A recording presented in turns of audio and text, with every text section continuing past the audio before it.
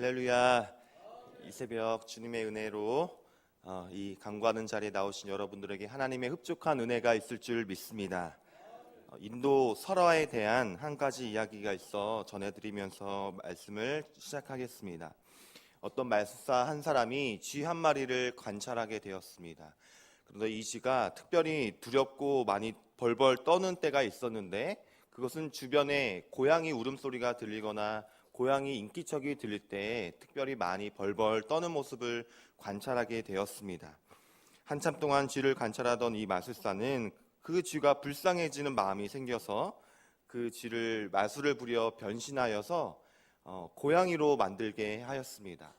그런데 이번에는 고양이가 된 그 쥐가 이제 개를 보면 또 많이 두려워하는 모습을 보게 되었습니다. 변신한 고양이에게는 개가 가장 두려움의 대상이고 존재였던 것입니다. 더 불쌍함을 가진 마술사는 다시 한번 마술을 사용해서 그 고양이를 개로 변신하게 해주었더니 이제는 개가 호랑이를 보고 벌벌 떠는 것입니다. 그래서 호랑이도 개를 이제 호랑이로 다시 변신시켜 주었더니 이제는 마지막으로 사냥꾼의 엽총을 보고 두려워하는 모습을 보게 되었다고 합니다. 그래서 마술사는 모든 것을 포기하고 내가 아무리 애를 써봤자 두려움은 끝나지 않는구나 라고 한탄하며 돌아갔다고 합니다.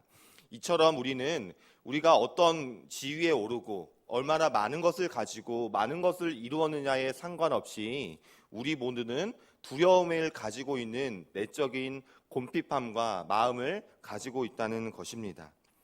사실 오늘 본문 시편 56편은 그 표제에서도 알 수 있듯이 다윗이 가드에서 블레셋인에게 잡힌 때에 쓰여진 고백한 시편의 제목입니다. 다윗이 누구입니까? 수많은 믿음의 승리를 경험하였습니다. 골리앗의 그 대군을 무찔렀고 하나님의 함께하심과 인도하심을 경험하였던 하나님의 사람이었습니다. 하지만 다윗에게도 다시 한번 블레셋인에게 잡힌 그때 또 도망하는 그 세월을 보내면서 하나님 앞에서도 또 믿음의 내적인 모습에서도 두려움을 경험하게 되었다는 것입니다. 여러분들은 어떠하시나요? 우리들의 믿음과 신앙생활에 상관없이 우리에게도 이러한 두려움이 다가올 때가 있다는 것입니다.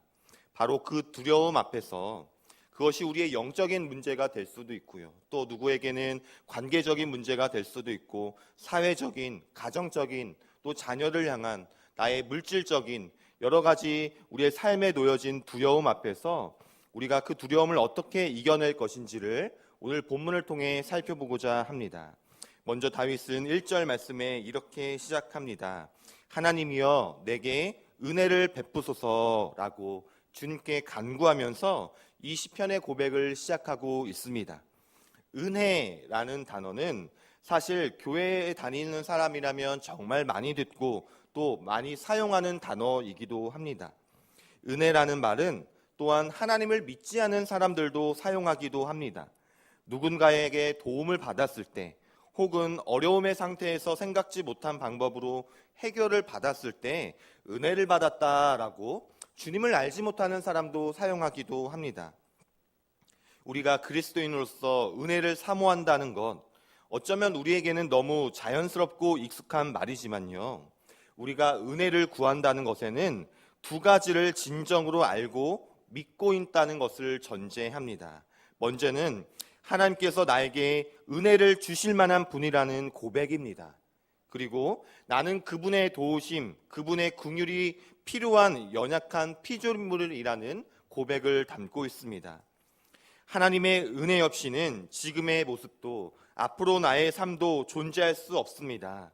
그리고 다윗처럼 지금 처해진 어려움도 주님의 은혜 없이는 구원의 길로 인도되어 줄 수 없습니다. 라는 믿음이 담긴 고백이라는 것입니다. 여러분, 그러므로 매 순간마다 또 매번 드려지는 예배의 자리, 기도의 자리마다 오늘 다윗과 같이 고백하시기를 바랍니다. 하나님, 내게 은혜를 베풀어 주옵소서. 그렇게 하나님을 나의 하나님으로 고백하며 우리의 연약함과 두려움을 고백하며 주님께 나아갈 때 하나님께서 선한 손길로 우리에게 임하실 줄 믿습니다. 다윗은 계속해서 자신의 고난과 어려움을 탄식하며 고백하고 있습니다. 1절에서 표현된 사람이 나를 삼키려고 라는 구절에 나타난 사람이라는 단어는 말 그대로 한 사람, 단수를 가리킵니다. 그런데 2절에서 사용된 표현 치는 자들에 나타난 자들이라는 표현은 복수의 표현입니다. 이것이 무슨 말을 의미할까요? 지금 다윗이 느끼는 고난의 깊이와 어려움이 날로 깊어지고 커져만 가고 있음을 스스로 고백하고 경험하고 있다는 것입니다. 수많은 대적들에게 쫓기고 괴롭힘을 당하며 사방 어디에도 도와줄 이가 없음을 그는 고백하고 있습니다. 이뿐만 아니라 1절과 2절에서 종일이라는 단어를 반복하면서 이 고통이 잠깐의 탄식이 아니라 나아질 기미가 보이지 않는 계속적인 어려움이었다라고 그는 고백하고 있는 것이지요.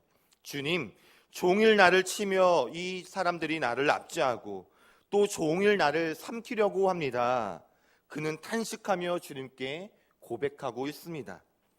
그래서 그는 3절 후반부에서 이렇게 고백하지요. 지금은 내가 두려워하는 날입니다. 하나님의 은혜를 고백하고 믿음으로 나아가고 하지만 끝이 보이지 않는, 아니 날로 더해져가는 극심한 고통 속에 그는 주님, 지금 저는 두려움의 날입니다.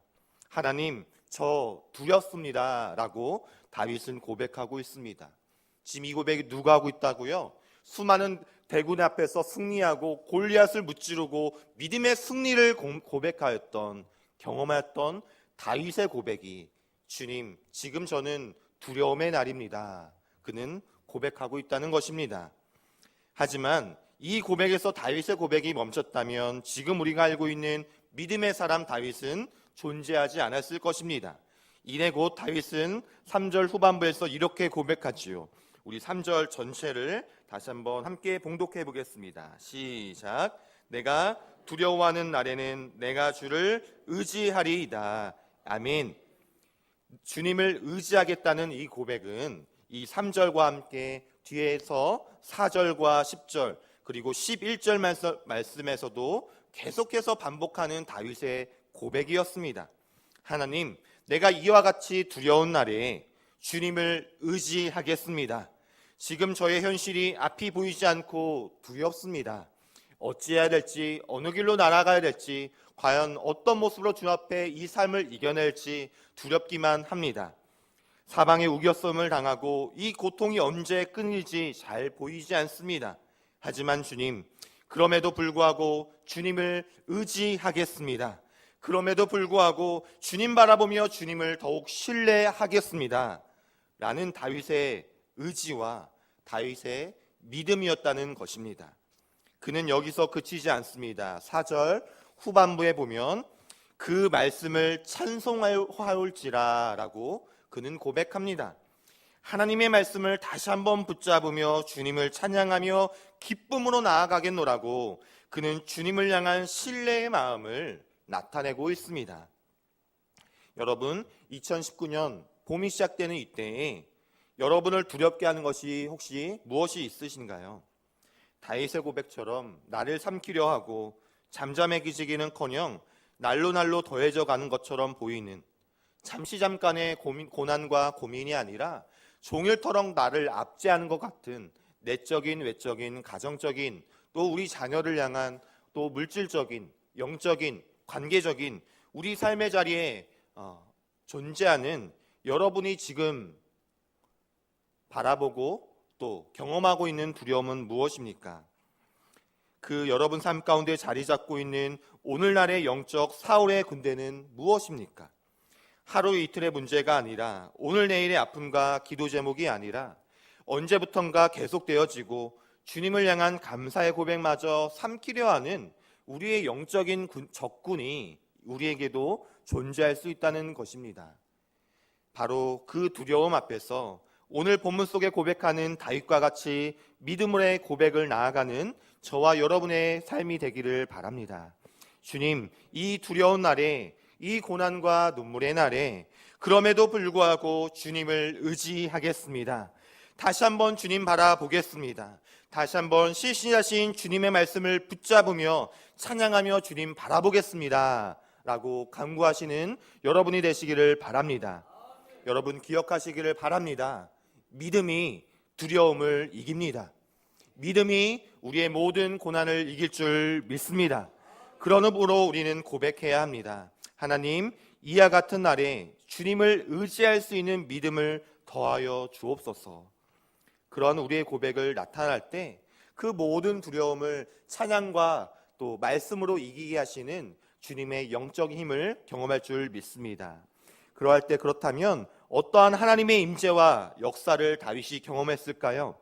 여전히 거대한 사울의 대군은 나를 해치려 하고 덤벼들고 있지만 주님을 의지하겠습니다, 주님을 신뢰하겠습니다 라고 고백할 때 다윗은 4절 후반부에서 이렇게 간증하고 있습니다. 내가 하나님을 의지하였은즉 두려워하지 아니하리라. 두려워하는 날에 주님의 말씀 붙잡으며 주님 말씀 고백하며 찬양하며 주님을 의지하였더니 두려워하지 않게 되었다. 다윗은 고백하고 있습니다. 왜 그렇게 되었을까요? 몰려오는 사울의 대군이 힘을 잃은 것입니까? 그렇지 않습니다. 사울의 대군이 오던 길에 길을 잃고 흩어져서 그렇습니까? 그렇지 않습니다. 4절 마지막 절에서 다윗은 그 이유를 덧붙이고 있습니다. 혈육을 가진 사람이 내게 어찌하리이까? 주님을 의지하며 믿음으로 바라보았더니 자신을 그렇게 두렵게 했던 원수들은 혈육을 가진 사람, 즉 전능하신 하나님, 영이신 하나님 앞에서는 상대가 되지 않는 육의 권세임을 그는 깨닫게 되었던 것입니다. 그렇습니다. 주님의 말씀이 우리에게 임할 때 내가 그 주님을 의지하며 믿음의 눈으로 다시 우리의 삶을 바라보게 될 때 이미 우리에게 승리가 임하게 되는 줄 믿습니다. 이전에 나를 몰아쳐오는 권세들은 하나님 앞에서 아무것도 아님을 믿음의 눈으로 바라보게 될 수 있음을 믿으시기를 바랍니다. 본문을 계속 살펴보면요, 5절부터 7절까지 다윗이 얼마나 큰 절망과 아픔, 괴로움의 나날들을 보냈는지 그를 해하고자 하는 원수들의 악렬함을 통해서 성경은 다시 한번 말하고 있습니다. 그때 다윗은 이렇게 다시 고백합니다. 우리 8절 말씀을 다 같이 한번 더 읽어보겠습니다. 시작. 나의 유리함을 주께서 계수하셨사오니 나의 눈물을 주의 병에 담으소서. 이것이 주의 책에 기록되지 아니하였나이까. 아멘. 제가 이 번역을 조금 더 쉬운 번역으로 다시 한번 읽어보겠습니다. 주는 나의 슬픔을 아십니다. 내 눈물을 주의 병에 담으소서. 내 눈물이 주의 책에 기록되지 않았습니까? 다윗은 고백하고 있습니다. 요즘 교구별로 대신방 기간에 있습니다. 교구 목사님들끼리 또 셀 리더분들과 함께 가정을 방문하고 정말 목사님께서 항상 기도해 주시는 것처럼 부족한 종이 방문하시는 것이 아니라 그 신방 가운데 살아계신 하나님의 말씀이 친히 방문해 주시고 그 가문에, 그 가정에 임재해 주심을 믿으며 저도 함께 하고 있습니다. 여러 가정을 다니다 보면 어떤 가정은 저와 처음 이야기를 나눌 때부터 축도할 때까지 눈물만 흘리시는 분이 계십니다. 처음 시작할 때부터 축도할 끝날까지 눈물만 흘리시면서 그냥 계속 손수건으로 눈물을 훔치시는 분이 계십니다. 가정마다 겉으로 보이지는 않지만 믿음의 여정을 하는 이 인생길이 참 쉽지만은 않다 여겨집니다. 그런데 제가 그 가정에서 눈물을 흘리시고 또 말할 수 없는 가정의 아픔과 어려움과 많은 기도 제목을 가지고 있는 그 성도님들을 제가 어찌 위로할 수 있겠습니까? 그런데 저는 오늘 이 본문의 다윗의 고백이 바로 우리 모두의 고백이 되기를 바랍니다. 주는 나의 슬픔을 아십니다. 내 눈물을 주의 병에 담으소서. 내 눈물이 주의 책에 기록되지 않았습니까? 극심한 환난과 어려움 가운데 다윗은 힘들지만 또 눈물이 나지만 한 가지 사실을 늘 마음에 품고 있었습니다. 그것은 바로 하나님께서 지금 나의 눈물을 아시고 주님의 병에 담아주실 정도로 헛되이 버리지 않는다는 주님의 마음을 늘 품고 기억하고 있었다는 것입니다. 나의 고통을 주님께서 헤아리시고 주님의 책에 기록하실 정도로 기억하고 계시다는 그 믿음을 다윗은 늘 붙잡고 있었습니다. 주님께서 절대로 잊지 않으시고 나의 기도에 응답하시리라는 확신을 다윗은 가지고 있었습니다. 여러분 기억하시기를 바랍니다. 주님께서 저와 여러분의 유리함을, 우리의 눈물과 고통을 알고 계십니다.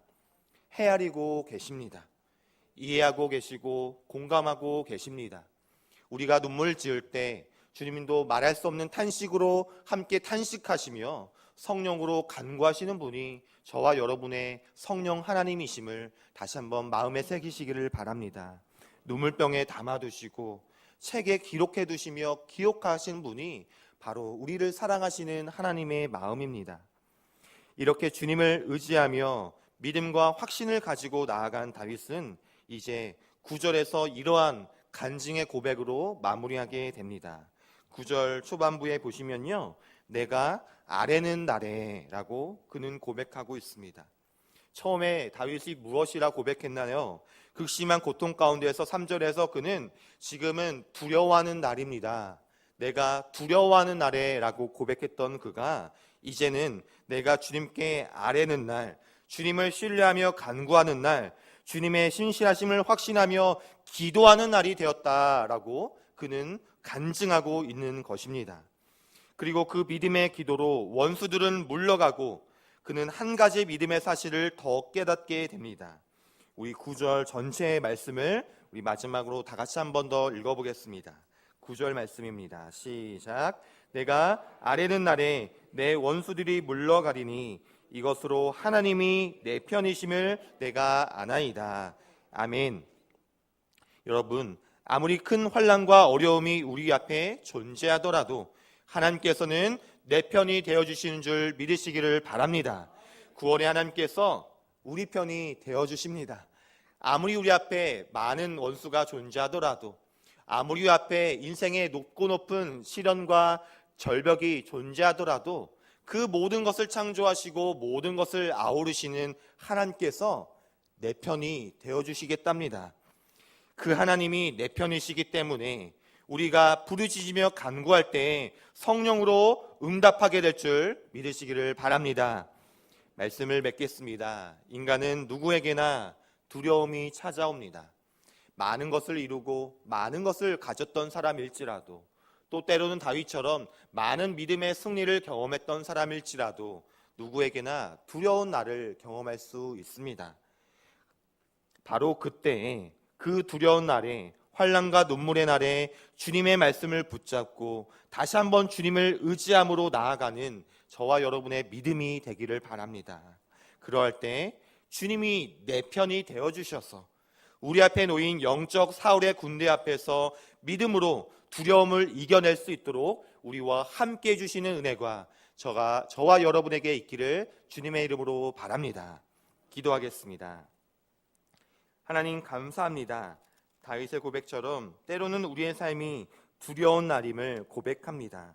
그럼에도 불구하고 다윗처럼 하나님이여 내게 은혜를 베푸소서라고 기도할 때 하나님께서 내 편이 되어주셔서 말씀과 찬양 가운데 우리의 마음 가운데 평안을 허락해 주시고 그 모든 것을 주님이 주시는 힘으로 넉넉히 승리하게 될 줄 믿습니다.